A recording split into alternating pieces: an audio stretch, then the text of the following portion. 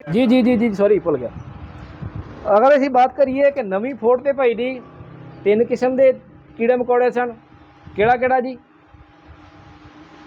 तेला, होर leaf miner, thrips. देखो भाई जी तुसीं इत्थे बैठे गल्लां भुल गए।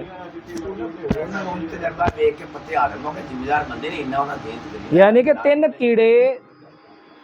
कीड़े एट अ टाइम भाई जी हमला करते हैं नवीं फोड़ से।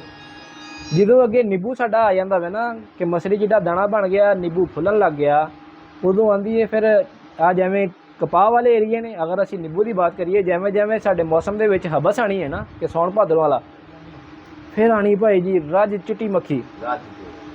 ਚਿੱਟੀ ਮੱਖੀ ਕੀ ਨੁਕਸਾਨ ਕਰਦੀ ਜੀ? ਨਿੰਬੂ ਨੂੰ ਕਾਲਾ ਕਰਦੀ। ਕੋਈ ਹੋਰ ਜੀ? ਕੁਆਲਿਟੀ ਡੈਮੇਜ ਹੋ ਗਈ। ਹੋਰ भाई जी चिट्टी मक्खी जी जी बहुत अच्छे कि भाई जी एक तो है कि साड़ी क्वालिटी डैमेज हो गई कि चिट्टी मक्खी की वजह तो जो नींबू काला हो गया, चितरी आ गई नींबू ते, उस तो बाद चों जिहड़ी खुराक पत्तियां ने देनी सी अगे नींबू की भराई दे विच वो चिट्टी मक्खी ने चूस ली। साडा नींबू जरूर होएगा। जिवें सानूं 15-20 दिन पिछे जाइए ना मार्केट च नींबू लैके आउने सां बिल्कुल हरे लभदे सी, कट के दें फुल जोर ला लेना, कतरा एक भी नहीं निकलता, वो रस चूस जाती भाई जी चिट्टी मक्खी। उहदे वास्ते की करना वे? पोलो। पोलो दे विच कोई दवाई नहीं दूसरी इस्तेमाल करनी। इहदे विच ना तुसीं क्वांटस पानी है, ना इजाबियन पानी है, ना पोलिट्रिन छी पानी है। एक पोलो ते दूसरी कापर ऑक्सीक्लोराइड, इन्हां जहरां दे विच कोई दूसरा जहर मिक्स नहीं करना। पोलो का तरीका इस्तेमाल की है? 200 ml किले के हिसाब नाल भाई जी। कितनी डोज? 200 ml। पानी कितना भाई जी? 160 तो 180 लीटर।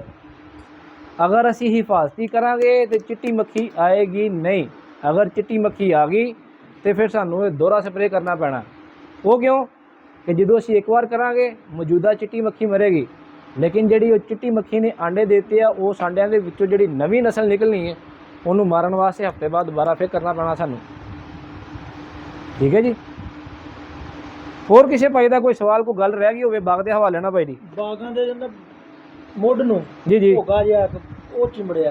हाँ स्नेल ਤੁਹਾਡਾ ਜ਼ਹਿਰ जी जी जी ਅੱਛਾ ਜੀ ਇਹਦੇ ਵਿੱਚ मैं दसना उनका भाई जी ਜਿਹੜਾ है ना स्नेल गुंगा जिन्हों असीं कहने हैं, ਹਾਂਜੀ अगर असीं उनकी जिल्द नप के वेखीए तो नहीं नपी जाती। ਨਹੀਂ ਨਾ ਪੀ ਜਾਂਦੀ।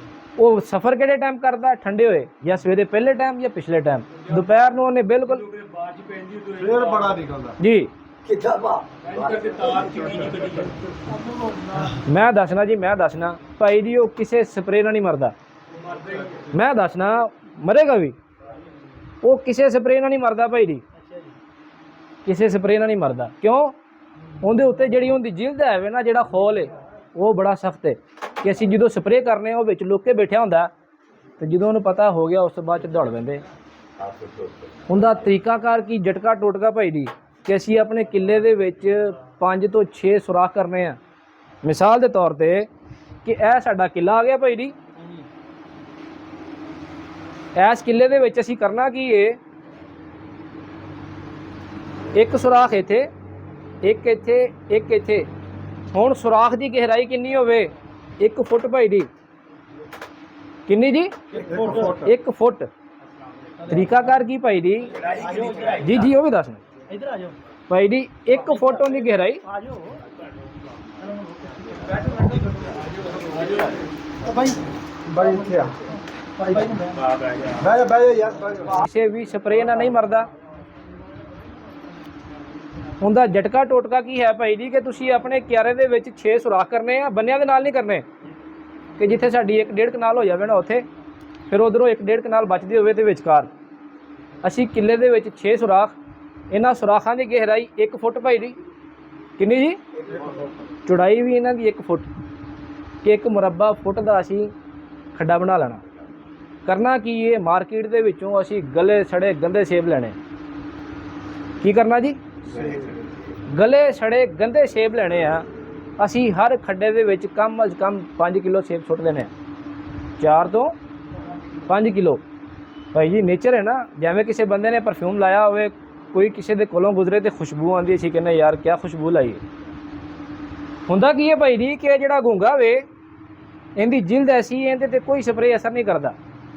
ਇਹ ਜਦੋਂ ਅਸੀਂ ਗਲੇ ਸੜੇ ਸੇਬ ਇਹਨਾਂ ਖੱਡਿਆਂ ਦੇ ਵਿੱਚ ਸੁੱਟਾਂਗੇ, ਸ਼ਾਮ ਨੂੰ ਜਦੋਂ ਮਾੜੀ ਜਿਹੀ ਠੰਡੀ ਮਿੱਠੀ ਹਵਾ ਚੱਲੇਗੀ, ਉਹ ਇਹਦੀ ਖੁਸ਼ਬੂ ਤੇ ਬੜੀ ਸਪੀਡ ਨਾਲ ਦੌੜ ਕੇ ਆਉਂਦਾ। ਜਦੋਂ ਉਹ ਖੱਡੇ ਦੇ ਵਿੱਚ ਆ ਜਾਏਗਾ ਤੁਸੀਂ ਉਹ ਖੱਡਾ ਪੂਰ ਦੇਣਾ ਭਾਈ ਜੀ। ਲੇਕਿਨ ਇਸ ਅਮਲ ਨੂੰ ਕਮ ਅਜ਼ ਕਮ 12 ਤੋਂ 15 ਦਿਨ ਲੱਗਣੇ ਆ ਕਿ ਤੁਸੀਂ ਪਹਿਲੇ ਦਿਨ ਸੇਬ ਸੁੱਟ ਦਿੱਤੇ, ਉਹਨੇ ਇੱਕੋ ਦਿਨ ਨਾਲ ਨਹੀਂ ਮਰ ਜਾਣਾ। ਉਹ ਜਿਵੇਂ ਜਿਵੇਂ ਸੇਬਾਂ ਦੀ ਹਵਾੜ ਜਾਣੀ ਹੈ, ਉਹ ਉਹਦੇ ਵਾਸਤੇ ਬੜੀ ਲਜ਼ਤ ਵਾਲੀ ਖੁਸ਼ਬੂ ਹੈ, ਉਹ ਉਹਦੇ ਵੱਲੇ ਅਟਰੈਕਟ ਹੋ ਕੇ ਆਉਂਦਾ ਵੇ। ਜਦੋਂ ਉਹ ਖੱਡਿਆਂ ਦੇ ਵਿੱਚ ਆ ਜਾਏਗਾ ਤੁਸੀਂ ਖੱਡਾ ਪੂਰ ਦੇਣਾ ਭਾਈ ਜੀ। ਹੋਰ ਕਿਸੇ ਭਾਈ ਦਾ ਕੋਈ ਸਵਾਲ ਜੀ? ਆ ਮਰਿਆ ਤੁਸੀਂ ਫਿਰ ਮੇਰੇ ਦੁਆਲੇ? ਹਾਂ ਇਹ ਤੇ ਹੈ ਨਾ, ਗਲਤ ਮਸ਼ਵਰਾ ਨਹੀਂ ਦੇਣਾ ਭਾਈ ਜੀ।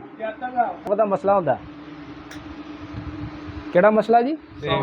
ਸਿਉਂਕ ਦਾ ਜੀ। ਦੱਸਣਾ ਜੀ, ਦੱਸਣਾ। ਇੱਥੇ ਵੀ ਸਾਡੇ ਕੋਲ ਦੋ ਆਪਸ਼ਨ ਨੇ ਕਿ ਸਾਡੇ ਬਾਗ ਦੇ ਵਿੱਚ ਥੱਲੇ ਜਿਹੜੀ ਸਿਉਂਕ ਹੈ ਵੇ, ਉਹ ਸਿਉਂਕ ਨੂੰ ਕੰਟਰੋਲ ਕਰਨ ਵਾਸਤੇ ਕਈ ਜ਼ਿਮੀਦਾਰ ਕੀ ਕਰਦੇ ਆ, ਦਾਣੇਦਾਰ ਜ਼ਹਿਰ ਦਾ ਇਸਤੇਮਾਲ ਕਰਦੇ ਆ। ਅਗਰ ਦਾਣੇਦਾਰ ਜ਼ਹਿਰ ਦੀ ਬਾਤ ਕੀਤੀ ਜਾਵੇ ਤਾਂ ਸਾਡੀ ਸਿੰਜੈਂਟਾ ਦੀ ਵਰਟਾਕੋ ਬਿਹਤਰੀਨ ਭਾਈ ਦੀ। ਅਗਰ ਇਹਦੇ ਵਿੱਚ ਅਸੀਂ ਬਾਤ ਕਰੀਏ ਜ਼ਹਿਰਾਂ ਦੀ, ਦੋ ਜ਼ਹਿਰ ਨੇ ਇਹਦੇ ਵਿੱਚ। ਇੱਕ ਜ਼ਹਿਰ ਹੈ ਵੇ ਕਲੋਰੈਂਟਰਾ ਨੀਲੀਪਰੋਲ, ਜਿਹੜਾ ਕਿ ਹਰ ਕਿਸਮ ਦੀ ਸੁੰਡੀ ਸ਼ੌਂਕ ਨੂੰ ਕੰਟਰੋਲ ਕਰਦਾ ਹੈ। ਦੂਸਰਾ ਜ਼ਹਿਰ ਥਾਇਓਮੈਥੋਕਸਮ ਫਸਲ ਦੀ ਹਰਿਆਲੀ ਨੂੰ ਬਿਹਤਰ ਕਰਦਾ ਭਾਈ ਜੀ। ਅਗਰ ਇਸ ਦੀ ਕੀਮਤ ਦੀ ਬਾਤ ਕਰੀਏ ਭਾਈ ਜੀ, 2850 ਜਾਂ 2900 ਰੁਪਏ ਕਿੱਲੇ ਦੇ ਹਿਸਾਬ ਨਾਲ। 2850 ਜਾਂ 2950, ਸੌਰੀ 2950 ਰੁਪਏ। ਇਹਦਾ ਤਰੀਕਾ ਇਸਤੇਮਾਲ ਕੀ ਹੋਣਾ ਹੈ, ਇਹ ਫਲੱਡ ਨਹੀਂ ਹੋ ਸਕਦੀ। ਇਹਦਾ ਸਾਨੂੰ ਛੱਟਾ ਕਰਨਾ ਪੈਣਾ। ਛੱਟੇ ਤੋਂ ਬਾਅਦ ਜਦੋਂ ਪਾਣੀ ਲੱਗੇ, ਪਾਣੀ ਦੇ ਨਾਲ ਘੁਲ ਕੇ ਥੱਲੇ ਜਾਏਗੀ, ਜਿਹੜੀ ਸੀਵੀ ਜਾਂ ਸਿਉਂਕ ਹੋਏਗੀ ਉਹ ਕੰਟਰੋਲ ਹੋ ਜਾਏਗੀ।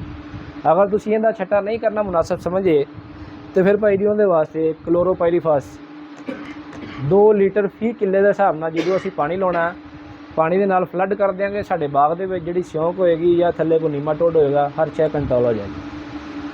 ਹੋਰ ਕੋਈ ਬਾਤ ਭਾਈ ਜੀ ਜਿਹੜੀ ਮਿਸ ਰਹਿ ਗਈ ਹੋਵੇ? ਬਿਹਤਰੀਨ। ਨਹੀਂ, ਇਹਦੇ ਫਾਇਦੇ ਅੱਛੇ ਆ ਭਾਈ ਜੀ। ਯਾਰ ਮੇਰੇ ਕੋ ਕੇਰੀ ਨਹੀਂ ਜਾਂਦੀ, ਮੈਂ ਫਲੱਡ ਹੀ ਕਰਨੀ, ਫਿਰ ਕਲੋਰੋਪਾਈਰੀਫਾਸ 2 ਲੀਟਰ ਕਿੱਲੇ ਦੇ ਹਿਸਾਬ ਨਾਲ ਫਲੱਡ ਕਰ ਦਿੰਦਾ ਜੀ। ਇਹ ਭਾਈ ਜੀ 20 ਤੋਂ 25 ਦਿਨ ਜੀ। ਉਹ ਵੀ ਇੰਨੇ ਜੀ, ਇੰਨੇ ਦੇ ਨਹੀਂ। ਬਹੁਤ ਅੱਛਾ ਸਵਾਲ ਕੀਤਾ ਭਾਈ ਜੀ।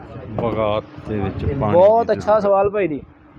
ਅਗਰ ਅਸੀਂ ਭਾਈ ਜੀ ਬਾਗਾਂ ਦੀ ਬਾਤ ਕਰੀਏ ਨਾ, ਤੇ ਜਿਵੇਂ ਮੈਂ ਤੁਹਾਨੂੰ ਦੱਸਿਆ ਕਿ ਸਾਡੀਆਂ 6 ਇੰਚ ਤੋਂ ਲੈ ਕੇ 12 ਇੰਚ ਤੱਕ ਥੱਲੇ ਜਿਹੜੀਆਂ ਜੜ੍ਹਾਂ ਹੈ ਨੇ, ਇਹ ਹੈ ਨੇ ਫੀਡਿੰਗ ਰੂਟਸ।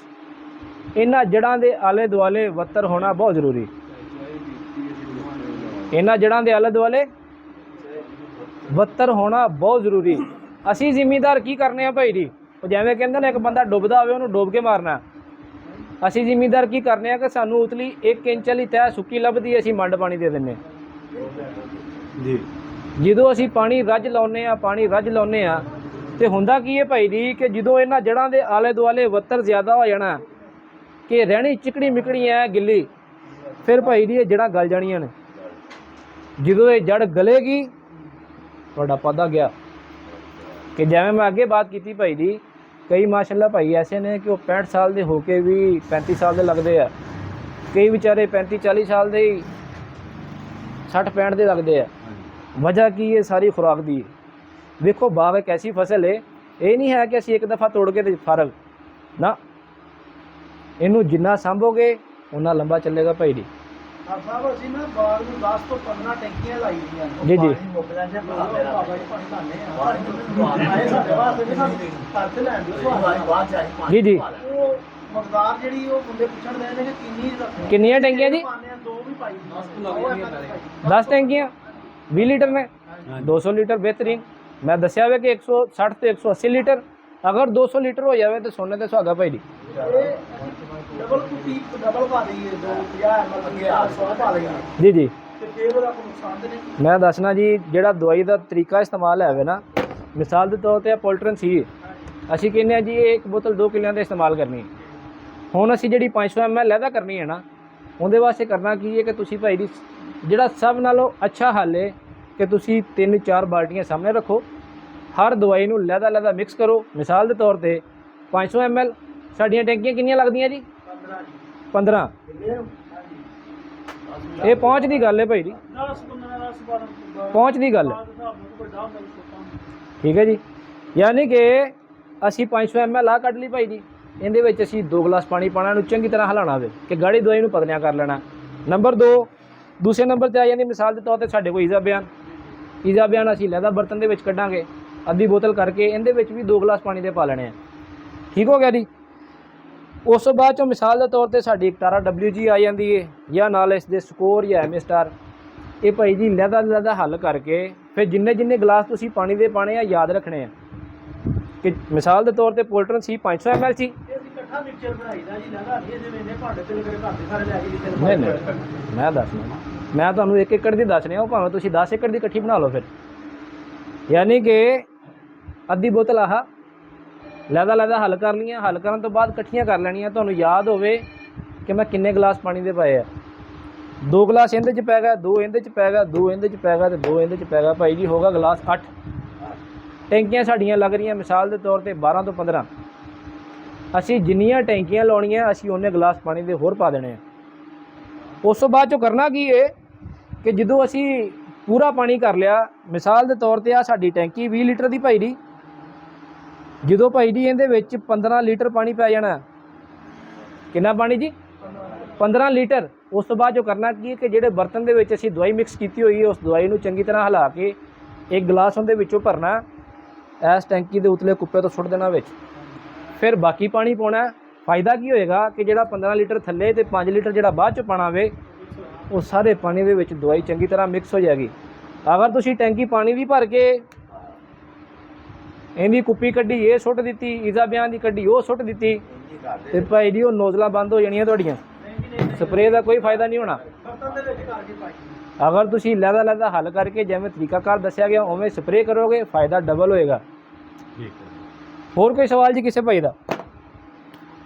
ਬਾਗ ਦਾ ਕਿਹਾ ਜਾਂਦਾ ਵੇ ਕਿ ਪਹਿਲੀ 3 ਇੰਚ ਤੱਕ ਤੈਅ ਜਿਹੜੀ ਹੈ ਕਿ ਪਹਿਲਾਂ ਤੁਸੀਂ 1 ਇੰਚ ਤੋਂ ਥੱਲੇ ਵੇਖੋ, ਵੱਤਰ ਹੈ, ਪਾਣੀ ਲਾਉਣ ਦੀ ਨਹੀਂ ਲੋੜ। ਅਗਰ ਤੁਹਾਨੂੰ 2-3 ਇੰਚ ਤੋਂ ਥੱਲੇ ਜ਼ਮੀਨ ਸੁੱਕੀ ਮਹਿਸੂਸ ਹੁੰਦੀ ਹੈ ਫਿਰ ਤੁਸੀਂ ਅਗਲਾ ਪਾਣੀ ਲਾਉਣਾ ਭਾਈ ਜੀ। ਅਸੀਂ ਕੀ ਕਰਨੇ ਆ ਜ਼ਿਮੀਦਾਰ, ਜਿਵੇਂ ਅੱਜ ਕੱਲ੍ਹ ਤਪਸ਼ ਹੈ, ਮਿਸਾਲ ਦੇ ਤੌਰ ਤੇ ਅਸੀਂ ਪਿਛਲੇ ਦਿਨ ਪਾਣੀ ਲਾਇਆ, ਹਾਲੇ 5ਵਾਂ ਦਿਨ ਵੀ ਨਹੀਂ ਪਿਆ। ਥੱਲੇ ਇਹ ਜਿਹੜੀਆਂ ਜੜ੍ਹਾਂ ਹੈ ਨੇ ਜਿਨ੍ਹਾਂ ਨੇ ਖੁਰਾਕ ਲੈਣੀ ਹੈ, ਇਹਨਾਂ ਦੇ ਆਲੇ ਦੁਆਲੇ ਵੱਤਰ ਬਿਹਤਰੀਨ ਹੈ ਜਿੰਨਾ ਕੁ ਚਾਹੀਦਾ ਇਹਨਾਂ ਨੂੰ। ਅਗਰ ਉਤਲੀ 1 ਇੰਚ ਤੈਅ ਸੋਗੀ ਹੈ ਨਾ, ਅਸੀਂ ਜ਼ਿਮੀਦਾਰ ਕੀ ਕਰਨੇ ਆ ਕਿ ਯਾਰ ਬਾਗ ਗਿਆ, ਅਸੀਂ ਹੋਰ ਮੰਡ ਕੇ ਪਾਣੀ ਲਾ ਦਿੰਦੇ ਹਾਂ। ਅਗਰ ਅਸੀਂ ਜ਼ਿਆਦਾ ਪਾਣੀ ਲਾਵਾਂਗੇ ਤੇ ਹੋਏਗਾ ਕੀ ਕਿ ਥੱਲੇ ਜਿਹੜਾ ਭਾਈ